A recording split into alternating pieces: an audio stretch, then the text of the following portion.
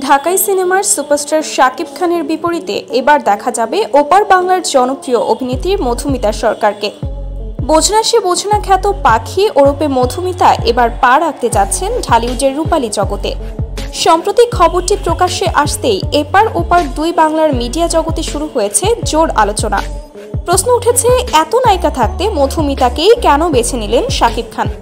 জবাবে শাকিব বলেন, মধুমিতা আমার খুব পছন্দের একজন নায়িকা। ওর অভিনয়ে একটা সততা আছে, ঠিক যেমনটা আমি খুঁজি আমার সিনেমার নায়িকায়।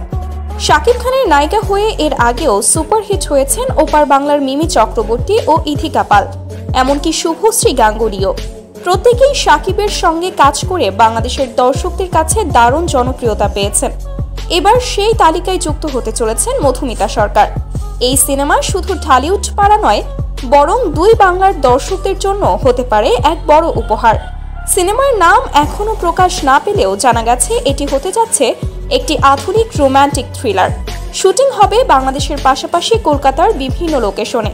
মধুমিতা নিজেও দারুণ উচ্ছ্বসিত এই সুযোগ পেয়ে। এক সাক্ষাৎকারে বলেন, শাকিব খানের মতো একজন আইকনের সঙ্গে কাজ করতে পারাটা আমার জন্য স্বপ্নের মতো।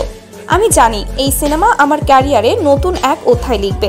শাকিব মধুমিতা জুটি এবার কতটা ঝড় তোলে রূপালী পর্দায়, সেটাই এখন দেখার বিষয়। শাকিব মধুমিতার নতুন সিনেমা নিয়ে আপনার মতামত নিচের কমেন্ট বক্সে কমেন্ট করে জানান।